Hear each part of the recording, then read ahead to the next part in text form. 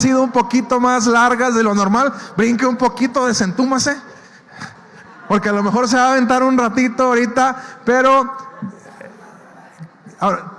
ahora sí, como les he comentado, tengo siempre mucha expectativa de lo que es esta palabra. Así tomamos nuestro lugar nuevamente.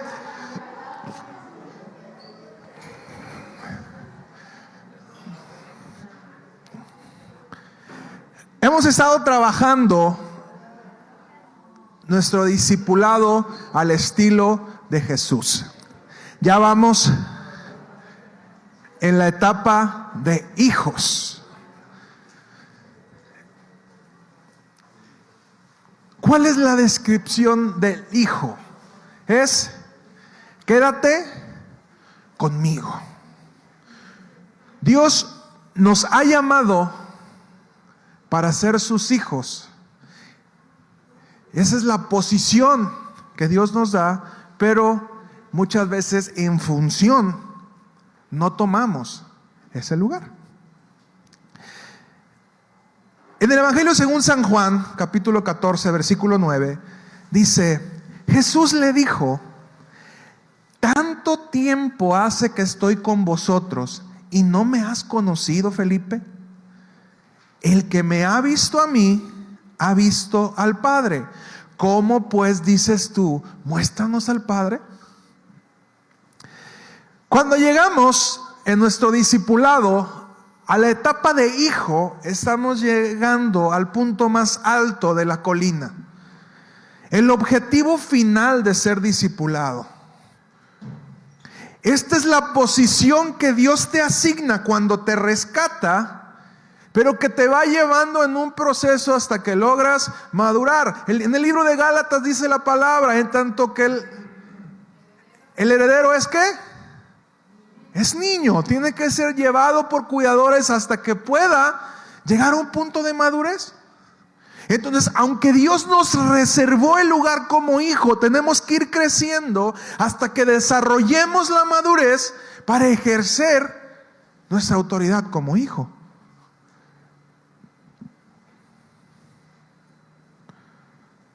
Y es lo que te decía, una cosa es la posición que tenemos y otra cosa es la función que ejercemos. Somos hijos, pero aprender a vivir de tal forma será un reto que nos va a llevar toda la vida.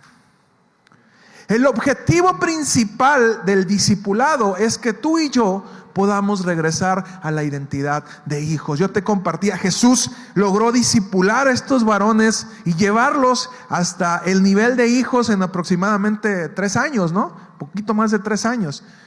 Hasta ahorita yo no he conocido a nadie que pueda discipular de esa manera y pueda avanzar tan rápido. Jesús era Jesús, ¿no? Y cada uno va avanzando según el reto. Algunos nos toma muchos años. Yo les compartía la semana pasada acerca de lo que ha sido mi proceso. Dios me llama y lo conozco como tal en el año de 1998. Con 11 años decido bautizarme. Del 98 al 2000 pasé esta etapa donde comencé a dar la transición de conocido a siervo. A partir del 2000 ya me comprometo a servir a Dios a través de la alabanza. Antes de eso ponía los acetatos, era como ahí el Cristian en la iglesia, nomás que con menos modernidad. Es hasta el año de 2010 que hay una convicción en mi corazón y paso la etapa amigo, y después doy el brinco para hijo y de repente le batallo. Me quiero ver como amigo, me quiero ver como hijo. No entiendo lo que significa ser hijo, pero ha sido un proceso que en mi vida ha llevado años. Así es de que no te frustres, no te desesperes, porque dices, ya tengo tantos años, pero esfuérzate por avanzar. A veces no tenemos el conocimiento, pero cuando el conocimiento llega a nuestra vida, nos abre la perspectiva en muchos sentidos. Dice Jesús: quien conoce al Hijo ha conocido al Padre. ¿Se entiende lo que Jesús quiso decirnos? Pero no lo tomes para Jesús, tómalo para ti.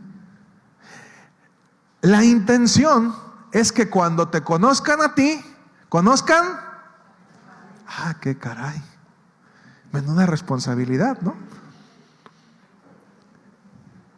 Cuando conoces al Hijo, conoces al Padre. Y eso es algo que aplica en nuestro día a día. Luego decimos, los hijos son el espejo de los padres.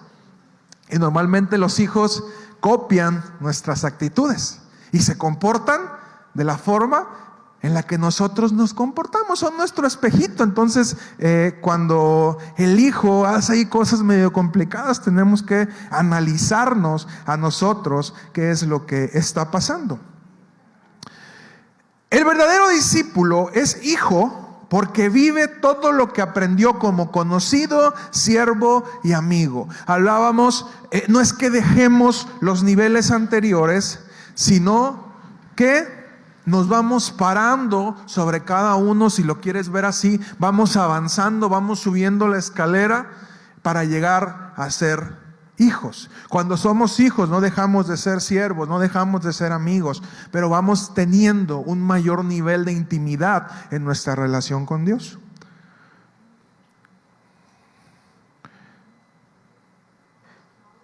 En la Biblia, un hijo es aquel que ha recuperado su doble naturaleza. ¿Cuál es la doble naturaleza? Rey y sacerdote. Un verdadero discípulo no es solo un convertido o un simpatizante. Hemos rebajado mucho en las iglesias el llamar a alguien discípulo cuando solamente simpatiza, va y se sienta en la iglesia, recibe, y hemos denigrado mucho esa parte, cuando el verdadero discípulo debe de convertirse en un agente del cielo en la tierra. Y las iglesias tienen que ser las embajadas del cielo en la tierra, que quien llegue a una iglesia pueda sentir lo que sucede en el cielo. Por eso es que adoramos, por eso es que cantamos, por eso es que tendríamos que mostrar el amor de Dios. En la semana veíamos en claves con el liderazgo cómo la única forma en la que se puede derretir un corazón de piedra es cuando aplicamos el amor de Jesús a esa persona. Y las iglesias tendrían que ser ese punto, la embajada del cielo, donde si usted quiere ir en un país, usted anda, no sé, en Ecuador cuando hubo el conflicto y usted quiere sentirse seguro como mexicano, ¿a dónde acude? A la embajada. Y sabe, la embajada, el espacio que ocupa la embajada, literalmente es México en ese país. Cuando usted llega a ese punto, aunque usted está a miles de kilómetros de distancia, usted está en México. ¿Me explico la función de las embajadas, lo importantes que son? Si usted entra a ese país y usted está siendo amenazado, a esa embajada, y usted está siendo amenazado afuera, en el momento en que usted llega a la embajada, usted está seguro. Precisamente por eso se rompieron las relaciones entre México y Ecuador, porque Ecuador entró a la fuerza a la embajada de México allá, y eso se considera como si hubiesen entrado armados al mismo país de México. ¿Sí me explico en esa parte? Cada casa de nosotros, cada iglesia tendría que convertirse en una embajada del cielo en la tierra, y usted como discípulo tendría que ser un agente del cielo en la tierra. Retomando la historia del hijo pródigo, que técnicamente no se tendría que haber llamado la historia del hijo pródigo, porque en realidad está hablando de ¿cuántos? De 2 hijos. Aún así, la historia en realidad es una historia acerca del Padre. Es el Padre la historia principal de esta historia. Perdón, el personaje principal de esta historia. Es un microcosmos del reino. En la historia, el Padre representa la divinidad y cada ser humano en la tierra es los 2 hijos. Te voy a dar una nueva alegoría acerca de esto. No solamente somos el hijo pródigo, sino también somos el hermano que se quedó en la casa. Y esta es la representación de la doble naturaleza.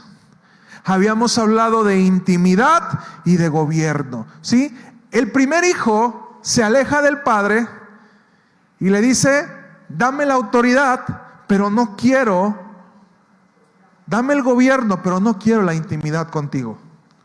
Ya me voy, papá, párteme la herencia. ¿Pero qué crees? La herencia no se partió en una, ¿se partió en cuántos? En dos. Entonces el primer hijo dice, quiero la autoridad, pero no quiero la intimidad. Y el segundo hijo, aunque tenía la intimidad, nunca entendió la autoridad que tenía.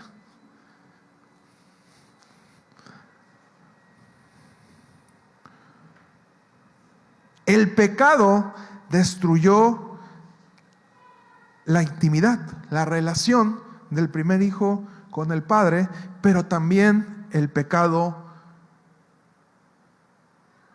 cortó la herencia. El segundo hijo no entendió que también tenía herencia. La primera parte de tu naturaleza de hijo descansa en mantener una relación de intimidad con el padre. ¿Cómo se rompió esa relación? A través del egoísmo que tuvo este primer hijo en decir, yo quiero malgastar lo que tengo y quiero vivir mi vida como se me dé mi regalada gana.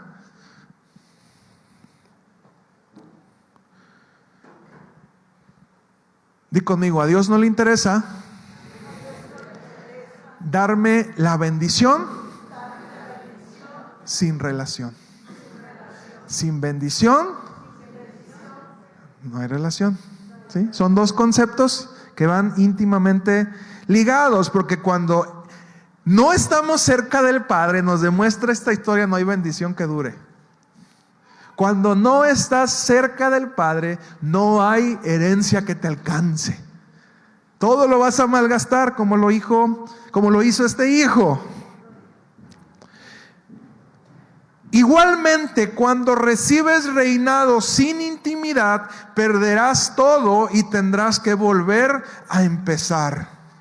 El ejercicio de tu reinado siempre dejará en evidencia la calidad de tu intimidad. Y sabes, el segundo hijo aprendió a estar sobre, es decir, a usar el gobierno que Dios le dio, que el Padre le dio en este caso. Y sabes, y ese segundo hijo no supo usar ese gobierno y perdió el propósito, se volvió resentido y arrogante. Y es lo que compartíamos, era un siervo, en su mentalidad era un siervo, aunque era príncipe. No porque no fuera hijo, no porque el padre no lo reconociera como hijo, sino porque él mismo no se podía observar en esa calidad de hijo.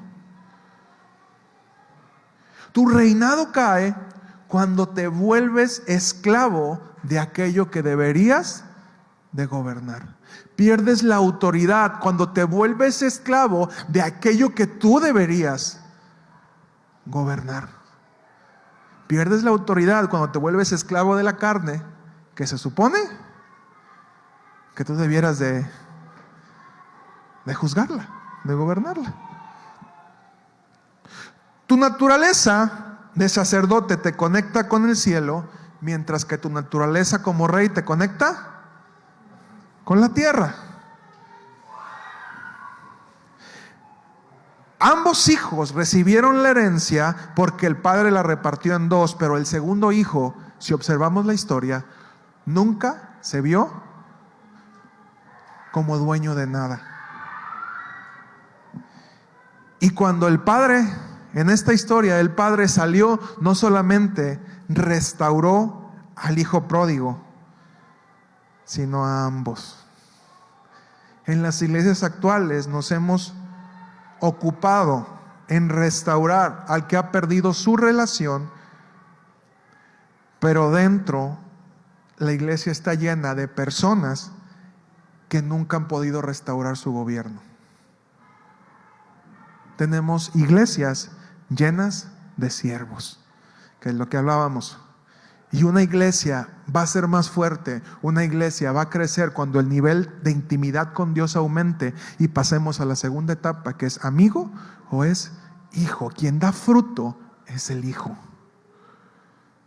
sé que está muchos conceptos, pero si usted tiene una duda, recuerde, desde un principio le dije, es una clase, levante su mano y dígame, no entiendo, ¿ok?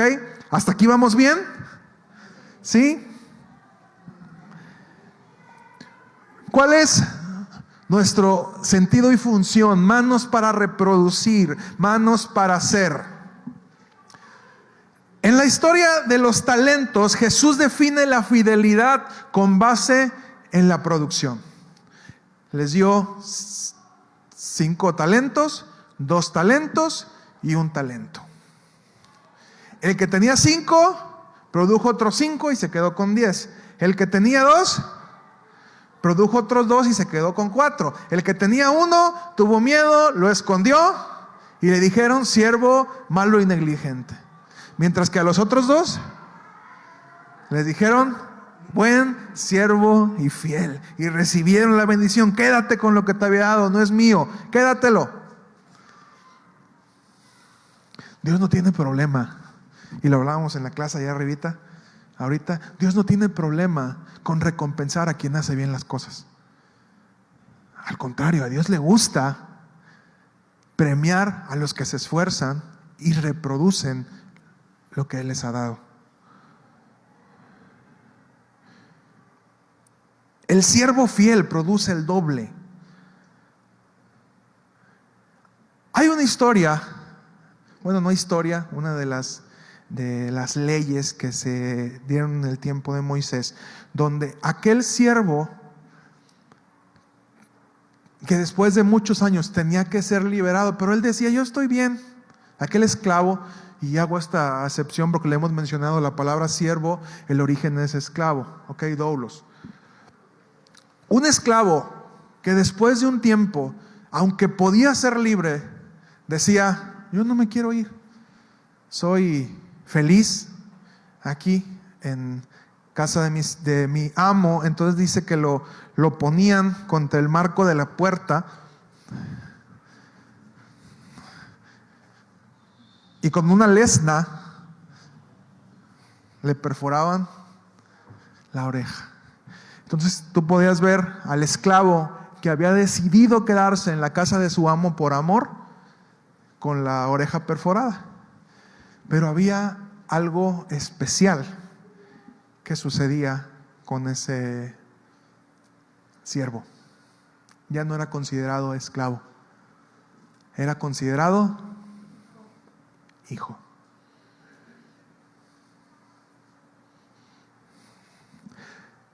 No sé si recuerdan a Abraham diciéndole a Dios, Dios, no tengo hijo, y quien me va a heredar es un esclavo.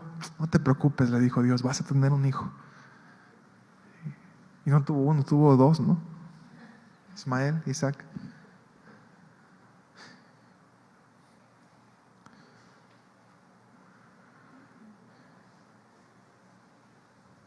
Dios no querría un siervo infiel para darle herencia, porque el hijo recibe herencia.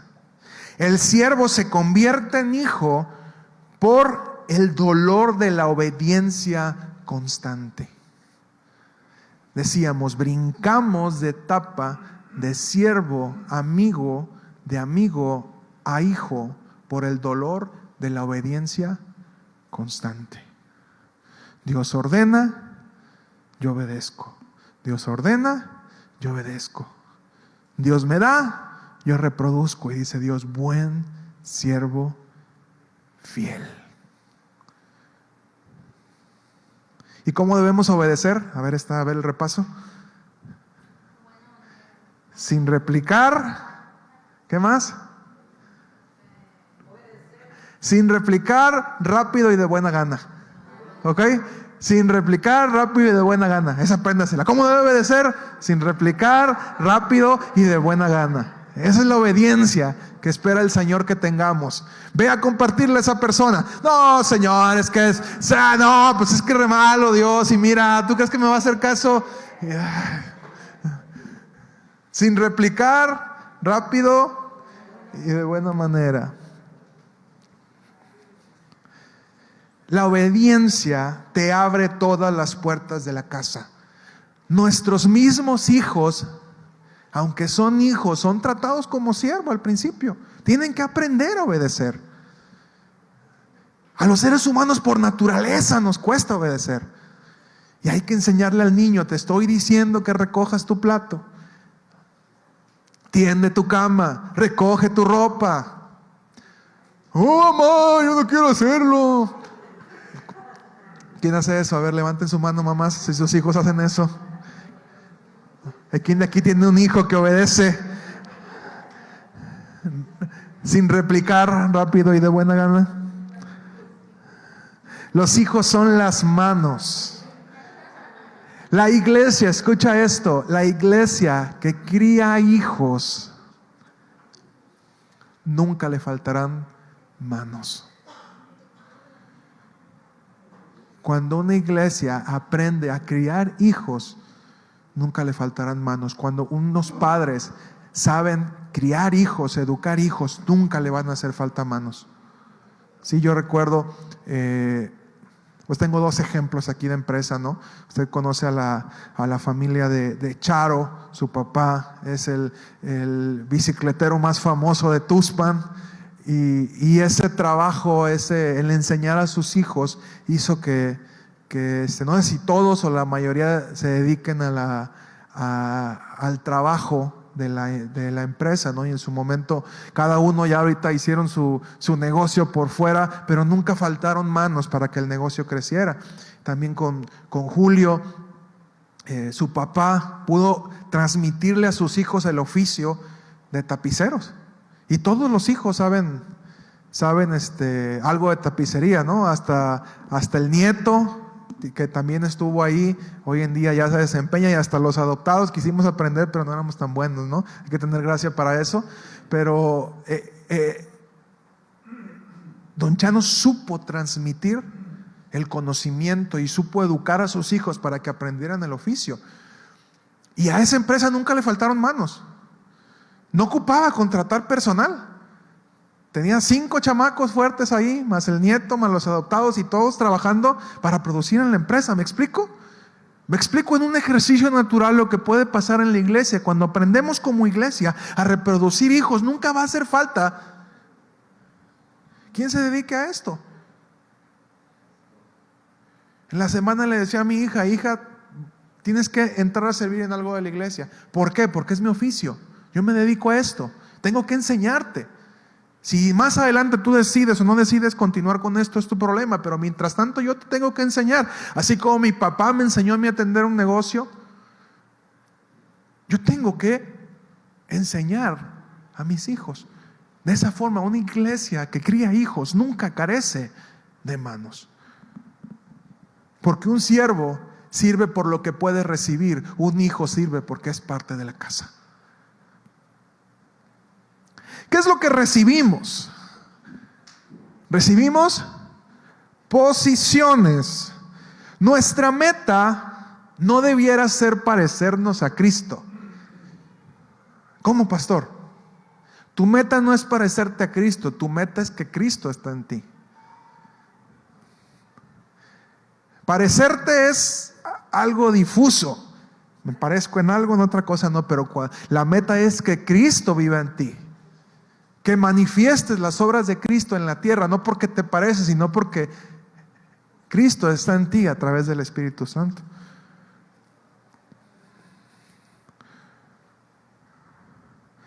La posición de hijo es por una parte el amor que el Padre nos prodiga y por otra el honor que nosotros le entregamos. La razón por la que tanto Tito como Timoteo fueron llamados hijos en la fe del apóstol Pablo, él les dijo esta misma oración tanto a Timoteo, si usted revisa las cartas que les manda: amado hijo en la fe, tanto a Timoteo como a Tito, fue porque ellos imitaban a Pablo como Pablo imitaba a Cristo.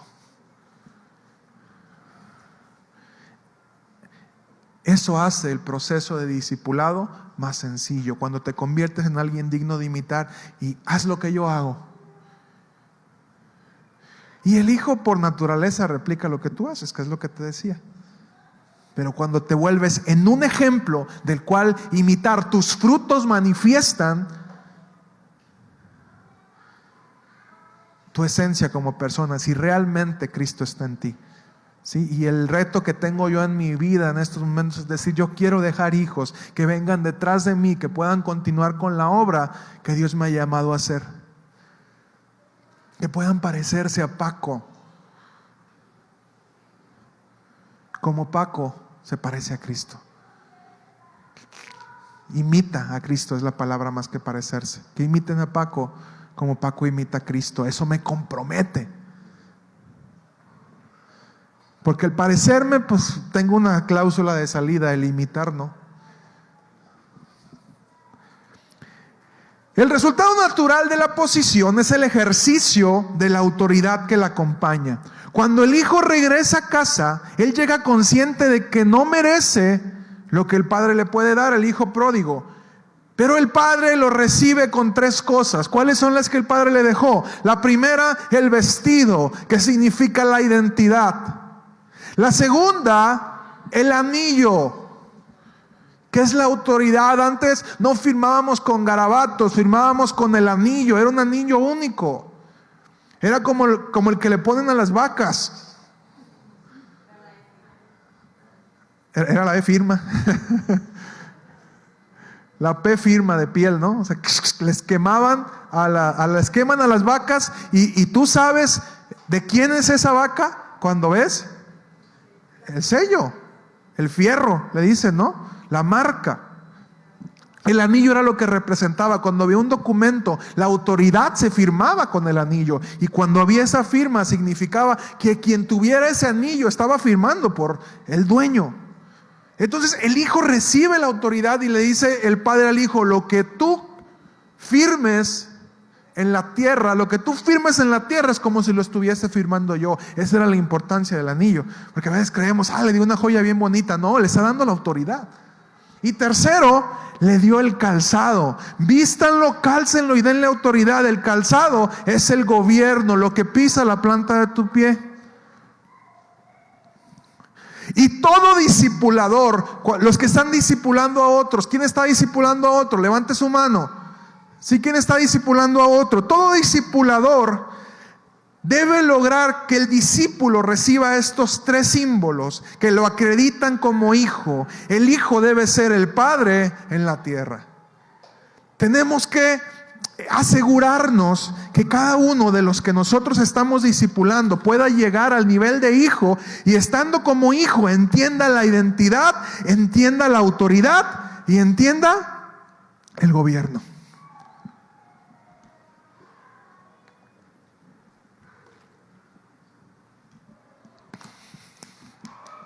¿Qué desarrollamos como hijo? Honor. El honor es fundamental. Si la autoridad es el reino, que es la máquina que mueve el reino, podríamos decir que el honor es el aceite que engrasa y mantiene el buen funcionamiento.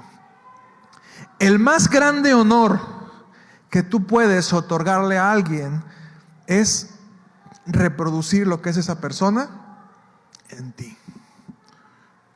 Yo quiero parecerme a esa persona. Yo quiero ser como él. Y el discipulado en los tiempos de Jesús no era el discipulado griego, que todos se sentaban y decían: les voy a dar una cátedra. El discipulado era: lo que yo hago, lo haces tú. Entonces, si el rabino iba por el camino y se paraba a ver una manzana, a analizar un árbol de manzanas, ¿qué hacían todos los discípulos? Se paraban a analizar el árbol de manzanas, ¿sí? Si el rabino se ponía así, disculpen, y se pierde en el gimnasio, y se ponía a meditar en esta posición, ¿qué hacían todos? Se ponían a meditar en esa posición. No había que dar explicaciones. Era parte del proceso, era un honor el ser seleccionado por un rabino. Es por eso que los discípulos, cuando son llamados, entendían por el contexto cultural algo que nosotros no entendemos. Y ellos iban atrás de Jesús, donde Jesús iba, donde Jesús sanaba, ellos iban. Y si Jesús imponía manos, ellos imponían manos también. Porque estaban aprendiendo de lo que Jesús hacía. De tal modo que llegó un momento en donde les dijo Jesús: ya no ocupan ir conmigo, váyanse de 2 en 2.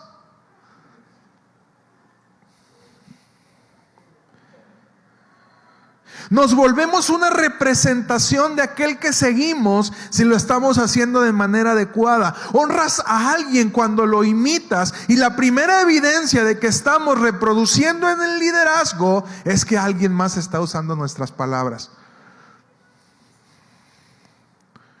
Jesús mismo le dijo a sus discípulos: las palabras que yo he oído del Padre son las que les hablo. Pedro, la noche que negó a Jesús, ¿cómo lo conocieron? Si tú hablas igual que ellos, le dijeron. Dice que en ese momento Pedro empezó a sacar sapos, víboras, culebras, tepocatas, dijera Vicente Fox. ¿Por qué? Porque su forma de hablar lo delataba. Se notaba que había estado con Jesús, porque las palabras que Jesús usaba son las palabras que usaba Pedro. La primera forma, la primera evidencia de que estás discipulando a alguien y esa persona está generando un impacto es que comienzas a hablar como esa persona. Y la segunda evidencia son las obras. Jesús le dice: Felipe, el que me ha visto a mí, ha visto al Padre. Las obras son la materialización de las acciones que proceden de las palabras.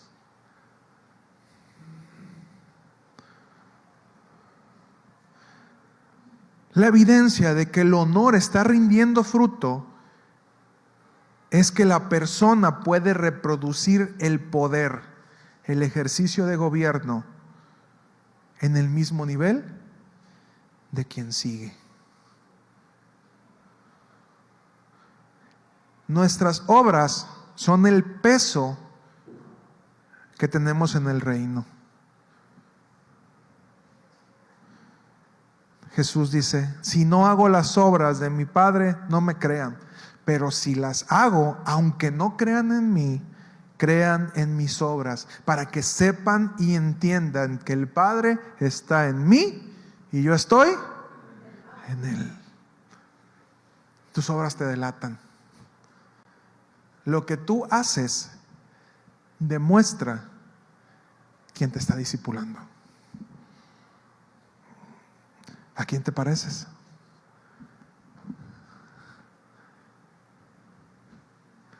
¿Quién te pareces? ¿Quién te pareces, Esparza? ¿A quién te pareces, Fer? Liliana, ¿a quién te pareces? Julio, ¿a quién te pareces? Hugo, ¿a quién te pareces? ¿Quién te está discipulando? El hermano del YouTube va a decir: no, no es cierto, Hugo, nomás estoy diciendo por un ejemplo que muchas personas dicen: yo me congrego en el YouTube. ¿Cómo te vas a congregar en el YouTube? Ni conoces a la persona, ni sabes cómo sea. Comparte bonito, ves el don, pero no sabes cómo es la persona, no tienes un conocimiento. Y tristemente muchos cristianos están viviendo un cristianismo de esa manera, ¿no? Congregados en el YouTube, discipulados por el YouTube, pero sin una esencia de fondo. ¿Quién te pareces? Ahí vas a saber tus acciones de quién son, vas a saber quién verdaderamente te está discipulando. Igualmente discipulador, vas a saber si estás transmitiendo bien o si esa persona verdaderamente es tu discípulo cuando reproduzca tus obras, cuando hable tus palabras.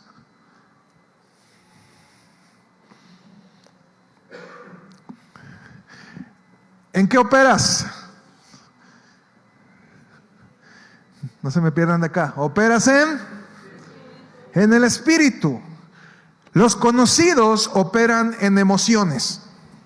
Los siervos operan en razonamiento. El conocido ve, el siervo escucha. Los amigos en voluntad y los hijos en espíritu. Pero igualmente, como lo mencionaba, no anula lo anterior, sino que se levanta sobre ellos y los usa correctamente. No significa que vamos a dejar de ver, no significa que vamos a dejar de oír, no significa que vamos a dejar de tener emociones, pero nos vamos a parar sobre ellas y nos vamos a mover en el Espíritu. Es imposible, déjame decirte esto, a lo mejor tú estás luchando con cosas, es imposible que tú puedas dominar tu carne por ti solo. Repito, es imposible que tú puedas dominar tu carne por ti solo. Si lo quieres hacer, te vas a morir en el intento. El único que te puede ayudar a dominar tu carne es el Espíritu Santo. Y a medida que formes una relación con el Espíritu Santo y que esté más alimentado tu espíritu que tu carne, vas a poder vencerlo.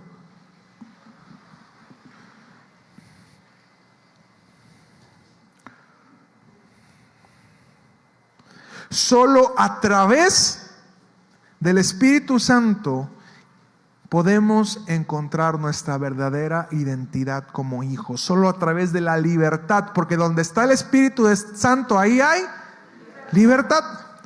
Y nuestra verdadera identidad de hijos la podremos encontrar solamente a través del Espíritu. Así es de que si usted le dicen algo y se ofende, todavía no es hijo.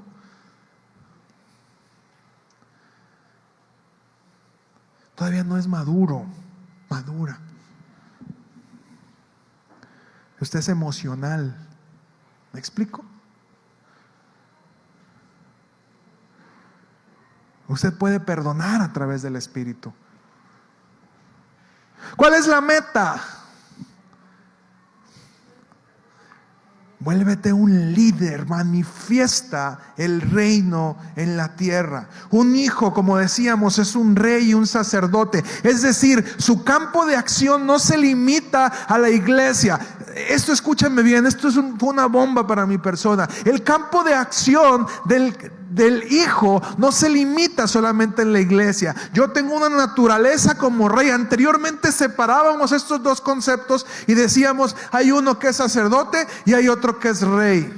Pero no es así. Vive en nosotros esta doble naturaleza y nuestro ministerio no está solamente limitado a la iglesia, sino que estamos llamados para ejercer nuestro gobierno. Dijimos hace rato, como sacerdote nos conectamos con el cielo, pero como reyes nos conectamos con la tierra. Y muchos de nosotros estamos peleados con la tierra. Ya queremos irnos con Dios. Lo más rápido, Cristo ven, Cristo ven, Cristo ven, Cristo ven, porque ya me quiero ir, porque no quiero ejercer la autoridad que Dios me ha puesto para ejercer en la tierra.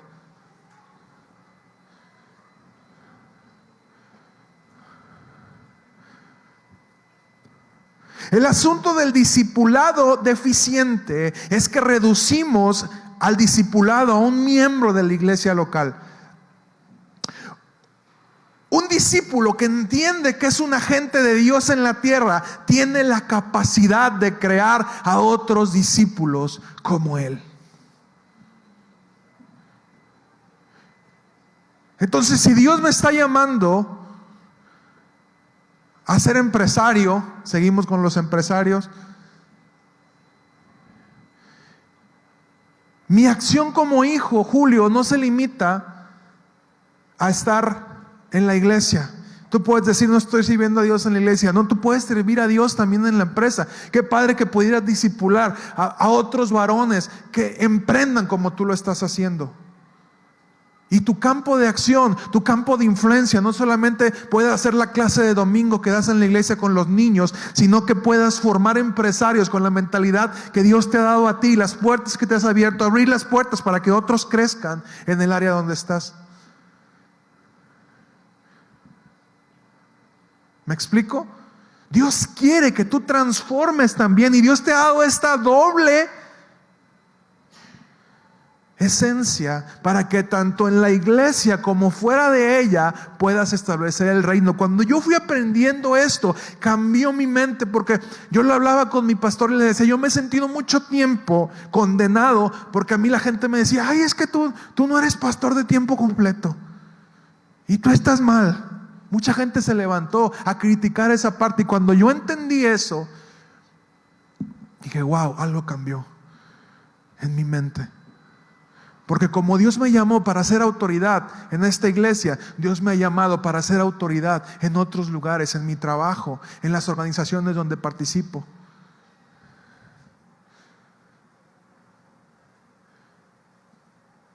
Y yo no soy el único. Tú tienes un llamado para ser autoridad donde quiera que te pares, porque entiendes que eres hijo. Dígame. Amén. A mí pensé que tenías una pregunta, ¿ok? Como les comenté si había una pregunta me dijeran, ¿ok? Dios te llamó para ejercer como autoridad. ¿Sabes? Hemos predicado un discipulado incompleto, por eso tenemos una iglesia que no es influencia afuera. Y organizamos eventos y organizamos congresos para empoderar cristianos, pero nomás los empoderan adentro. Dios te llamó, Juan. Y si Dios te tiene en este lugar, es para que tú, que eres jefe de muchos otros varones, puedas llevarlos a acercarse a Dios. Puedas ayudarlos a que entiendan los principios de la palabra. Tu ministerio no está aquí, tu ministerio está afuera. Tu ministerio está con todas las personas a las cuales Dios te permite que seas influencia. ¿Me explico? Cuando entendemos esto, cada empleado, cada persona que llega a tu negocio, Dios te llama para que puedas influir su vida.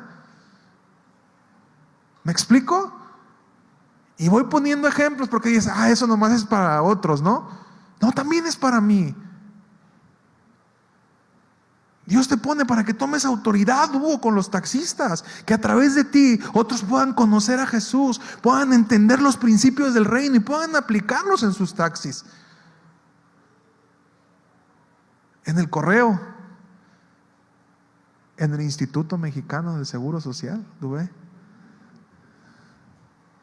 En el INE. ¿Me explico? En la secundaria técnica. ¿En el sindicato de jubilados? En los servicios de salud de Nayarit.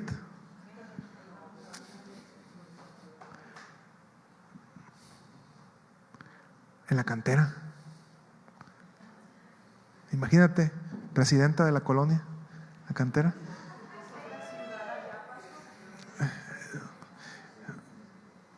Porque Dios también quiere usarnos en esas esferas. Dios quiere transformar nuestra colonia a través de que se levante una persona con principios, con valores, que sepa utilizar los recursos, que trabaje diligentemente en mejorar su colonia. Dios te necesita en el campo donde estás. ¿Me explico? Y Dios quiere que tomes esa naturaleza caída de rey. Porque tú puedes decir, no, pues yo me porto bien, voy a mi grupo de conexión, voy a la iglesia todos los domingos, yo soy un buen cristiano, yo no sé qué puedo cambiar de mi vida, yo estoy bien. Pues sí, pero tienes la relación, pero no entiendes la autoridad que tienes. Estás como el segundo hijo, ¿no? Estás en la casa, sirves, trabajas, pero no has entendido la autoridad que tienes sobre tu vida y cómo tú eres el agente del cielo en la tierra que tiene que manifestar las obras de Dios en donde quiera que se pare.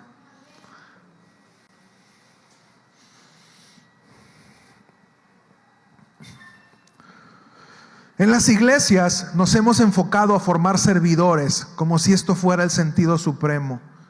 Desde la perspectiva de reino, es el gobierno y no el servicio la meta suprema. El gobierno es la toma de herencia y el servicio la herramienta para ejercerla. Cuando tú tienes una persona que sabe gobernar y entiende que la forma de hacerlo es a través del servicio, tienes un agente del reino en la tierra.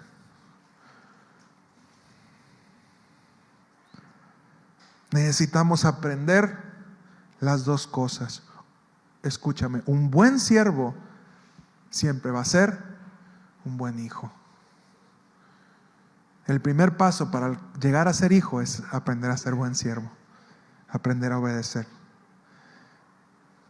De esa manera, como lo explica el apóstol Pablo en Gálatas, primero formamos un siervo, un buen siervo, para que entonces pueda tomar la herencia como hijo. ¿Cuántos buenos siervos hay en este lugar? ¿Cómo obedecemos los siervos? A ver si se la aprendieron. Sin replicar, rápido y de buena gana. Cuando usted haga eso, usted va a decir: yo soy un buen siervo. Antes de eso, no. ¿Cuál es nuestro terreno? ¿Cuál es nuestro terreno? Vamos aquí. ¿Cuál es nuestro terreno? La buena tierra. A estas alturas, cuando llegas a la etapa de hijo, ya lograste un desarrollo sano. Libraste las aves. Recuerden que hicimos esta conexión con la parábola del sembrador. Ya libraste las aves, ya libraste las piedras, ya libraste el sol y libraste las espinas. Estás listo para dar fruto. Y para que pueda darse ese máximo fruto, recuerda que aún en esa etapa unos dieron al 30, otros dieron al 100. Entonces, para que puedas dar tu fruto al máximo, tienes que entender 3 cosas. Tienes que entender la identidad. Número 1, ¿quién soy? Que es la identidad. El segundo, tienes que tener carácter, que es cómo voy a vivir. Y la tercera que tienes que tener es destino, que es hacia dónde voy. Necesitas los 3 conceptos. Puedes tener carácter, puedes tener destino, pero no sabes quién eres, estás perdido. Puedes tener identidad, puedes tener carácter, pero no sabes a dónde vas, estás perdido. Necesitas los 3 conceptos. Y cuando desarrollamos personas que entienden estas 3 cosas, entonces se formarán hijos, y los hijos son la esperanza de la multiplicación. El hijo es la espiga llena de grano. Quienes dan el fruto al 30, al 60, es que no entendieron cuándo era el momento preciso para llevar a cabo cada labor durante la cosecha. Aquel que cortó antes de tiempo, aquel que cortó después de tiempo y se le maduró el fruto y se le echó a perder. Aquel que entiende los tiempos, que entiende quién es, cómo vivir y hacia dónde va, es el hijo que logra producir al 100 por 1. ¿Quién es nuestro enemigo?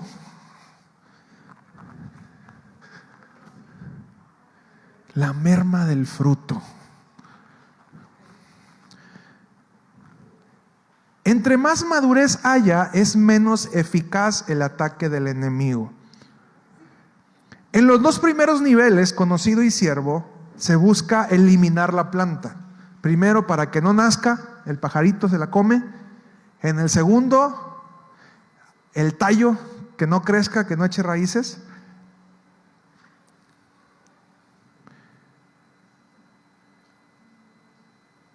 A estas alturas, el embudo se ha vuelto muy pequeño. Entonces tenemos un 100%, vamos a hacer un poco de matemáticas, lo dividimos en 4 puntos, ¿sí?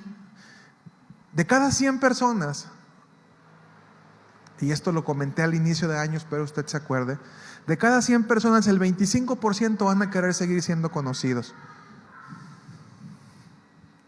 ¿Sí? 25 personas. Los siguientes van a ser siervos. El siguiente 25%, ¿sí? El otro van a ser amigos. Se prepara para fruto, pero aún no está dando fruto. Y lo decíamos, en esta etapa vienen el engaño de las riquezas, el preocuparte por los afanes, por las añadiduras, y vas a perder el fruto.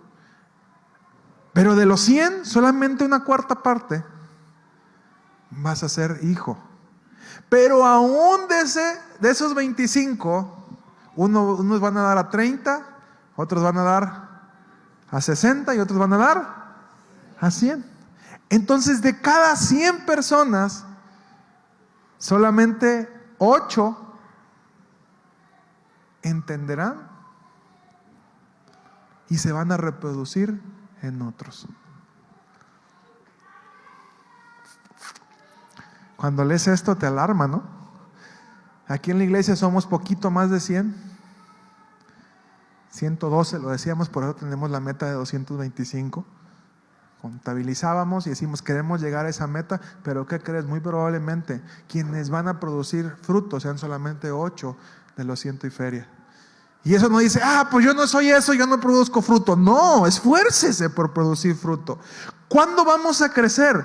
Y todo esto es una estrategia y quiero que te des cuenta y lo hagamos consciente. ¿Cuándo vamos a crecer? Cuando lleguemos a mayor cantidad de hijos y estamos invirtiendo nuestros recursos para poder desarrollar hijos. El enfoque de los grupos de conexión no es que nos la pasemos bien chido, es de discipular a otros. Comunión y evangelismo. El tener una escuela de conexión, el invertir una hora, no es aprender otro curso aburrido, es aprender a discipular. Una iglesia que cría hijos, no le faltan manos. ¿Por qué no crecemos? Porque no tenemos hijos. Y tú puedes ver a un hijo porque está dando fruto. ¿Quién de aquí está dando fruto? No levanten su mano, voltea a ver, analiza, voltea a tu entorno y ve quién de aquí está dando fruto.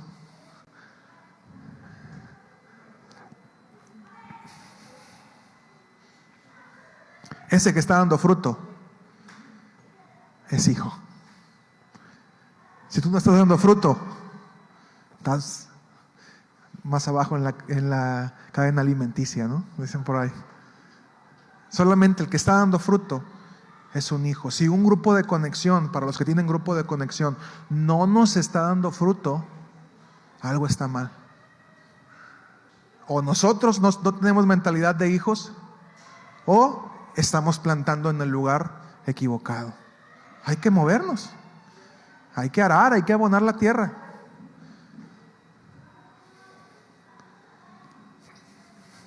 Amén.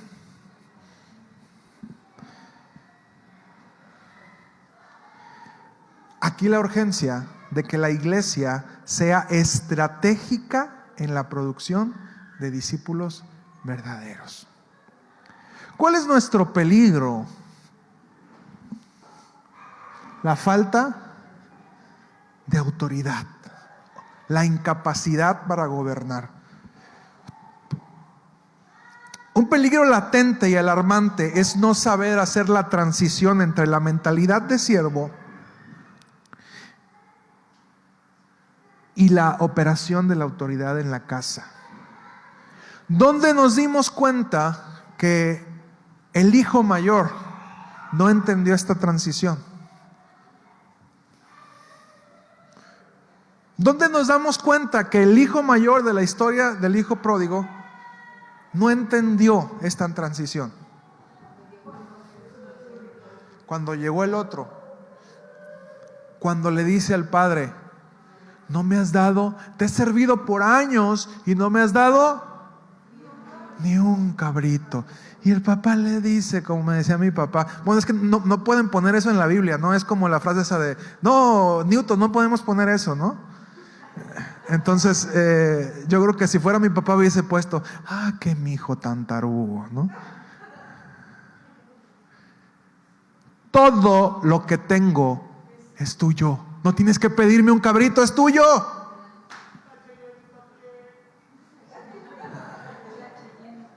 Y la Cheyenne, algún día todo esto será tuyo, ¿no?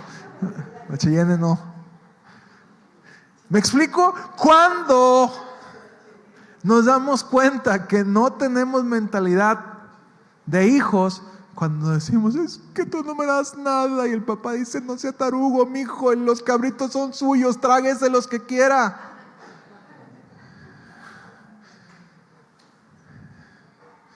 Ahí nos dimos cuenta que también el hijo que estaba en casa necesitaba ser rescatado porque no había entendido que la herencia se partió en dos, por lo tanto todo lo que se quedó en casa le pertenecía.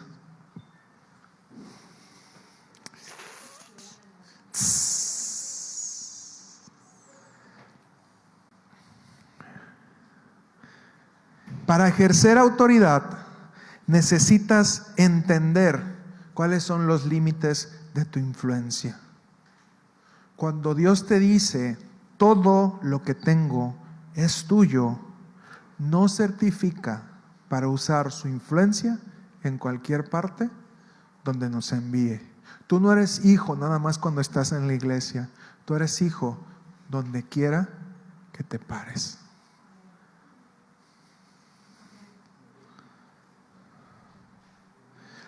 Nos urgen en la iglesia hijos con esta mentalidad, que dejen de pedir milagros y se pongan a hacerlos. Que dejen de pedir atención y se conviertan en medios de atención para otros. Que dejen el estado dependiente y tomen territorios.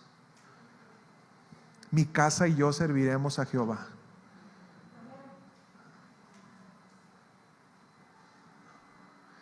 Aquí en mi casa se va a predicar el evangelio y aquí en mi casa se va a hablar de Jesús. Y al menos un día a la semana yo voy a levantarme y voy a estar compartiendo acerca del Rey de Reyes, para que toda la gente que me rodea pueda saber, y cuando tengan una necesidad corran a este lugar, porque aquí hay bendición, porque aquí hay sanidad. Y qué diferente sería nuestro entorno si tú y yo entendiéramos que somos hijos.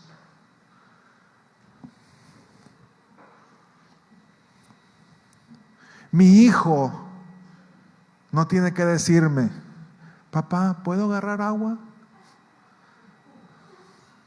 En todo caso, si no puede el garrafón me dice, no, dame agua. Pero él no pide, él exige. Mi esposa decía hace tiempo, cuando estamos platicando con usted, mucha gente nos dice, no platico con usted porque siempre anda bien ocupado. Y yo les he dicho, yo siempre voy a estar ocupado, porque he entendido que el ocio es lo único que hace es engendrar cosas malas. Entonces yo siempre estoy ocupado. Algún día estaré ocupado descansando, pero estoy ocupado. Conscientemente estoy diciendo, este tiempo lo voy a tomar para descansar y voy a estar ocupado. Y si tengo un tiempo de ocio, voy a ponerme mis audífonos y voy a escuchar una palabra, porque el ocio es malo. Pero si usted me necesita, como lo hacen mis hijos, no llegan, estoy platicando con Esparza y mi hijo no llega, papá, ¿puedo hablar contigo? Papá, quiero sabritas, papá, cómprame esto, papá, quiero pizza, papá, quiero ir al baño, papá. Porque mis hijos tienen mentalidad de hijo.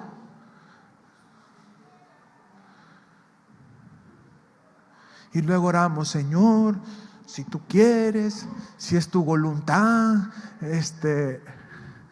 dijera Charo, por los guarachitos del niño Jesús. La iglesia necesita hijos que entiendan y tomen la autoridad. Que digan, estoy formando a los nuevos cristianos allá arriba. Voy a tomar la autoridad, voy a comportarme como tal, voy a levantarme, voy a dar mi mayor esfuerzo para que cada niño que pise un aula de Centro Cristiano Betel se pueda convertir en un hijo también. Un hijo entiende que tiene todos los recursos a la mano para realizar la obra de Dios en la tierra.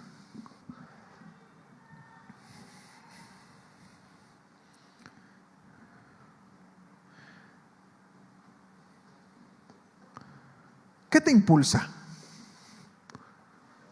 Estamos ya. Falta una clase todavía, falta la de hijo a padre, que ese es el mayor grado de madurez. Pero ¿qué es lo que te impulsa? El amor. En este punto ya no te mueves por lo que puedes obtener de Dios. Cuando eres conocido, eres siervo, te mueve el y yo que gano. ¿Sí? Y como Dios ya no me dio, yo fui y diezmé, y Dios ya no me dio, pues ya no doy nada, porque estoy esperando que Dios me dé, ¿no? No me sanó, me voy, ¿no? Ya. Estás por lo que puedes recibir. En la etapa de amigo, de hijo, ya estás pensando en lo que tú puedes atraer de Dios a la tierra, lo que tú puedes dar a otros, lo que tú puedes bendecir. Y tú puedes ver en alguien que tiene mentalidad de amigo o de hijo porque está más preocupado por lo que puede dar que lo que puede recibir. El apóstol Pablo mencionó que las 3 virtudes cardinales son la fe, la esperanza y el amor. Había una canción en mis tiempos que decía: viva la fe, viva la esperanza, viva el amor.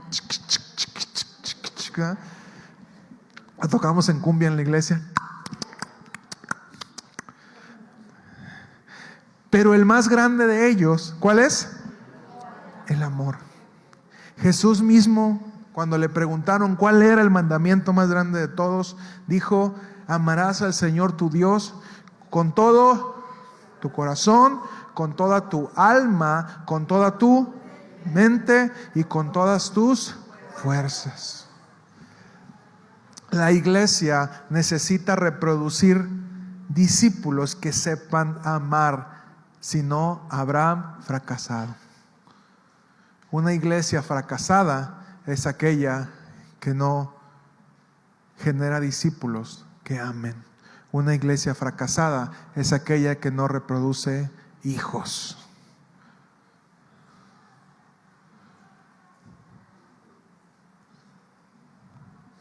Porque tarde o temprano va a desaparecer.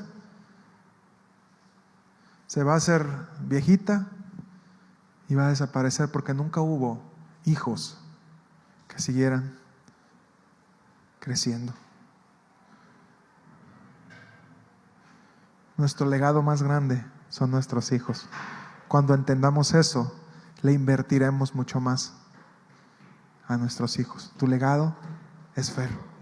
Lo que vas a dejar en esta tierra es Fer. Y los que vengan después de Fer.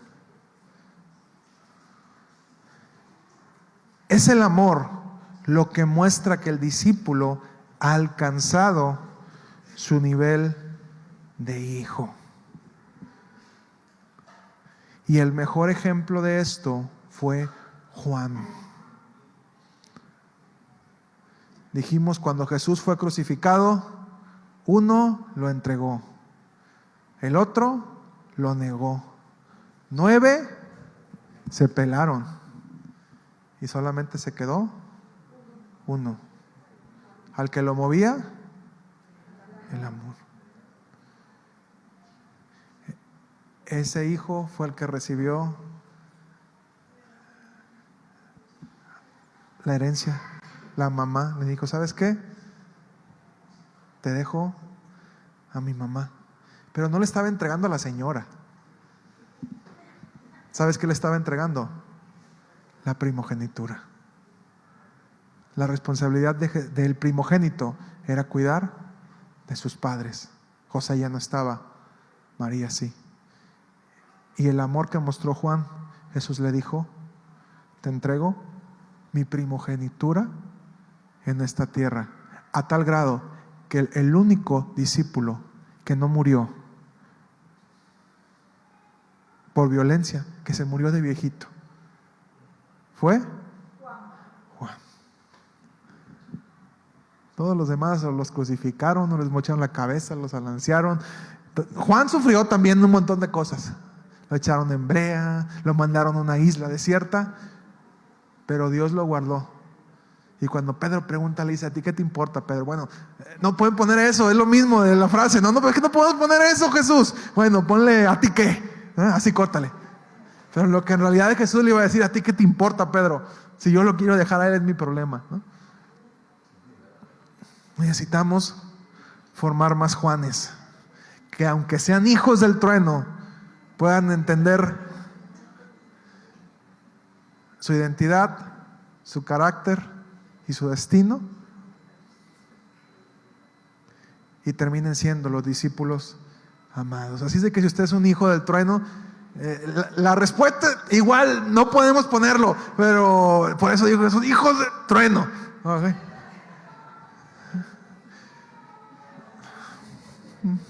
Sí, si usted es así, tenga esperanza, porque se puede convertir en el discípulo amado. La iglesia necesita formar hijos. No te detengas, Betel, no te detengas hasta que llegues a ser un hijo. Tristemente, muchos cristianos pasan toda su vida en esta tierra viéndose como siervos sin madurar y entender cuál es su lugar como hijos. Y yo les digo siempre, la vida eterna no comienza cuando muramos físicamente y vayamos con Dios. La vida eterna ya comenzó ahorita. Ya podemos estar cerca del Padre. Cuando Cristo nos salva, comenzamos y tenemos vida eterna. Porque ¿qué dice Juan 3:16? Porque de tal manera amó Dios al mundo, para que todo aquel que en Él cree no se pierda y tenga vida eterna. No dice para cuando se muera tenga vida eterna. No, la vida eterna comienza cuando naces de nuevo en Cristo. Pero muchos de nosotros vivimos como esclavos en nuestra propia casa. No hemos restaurado la identidad de rey. Muchos de nosotros nos parecemos menos al hijo pródigo que al hijo, y nos parecemos más al hijo que se quedó en casa, porque no entendimos que somos hijos, que no somos siervos. Ponte de pie, por favor.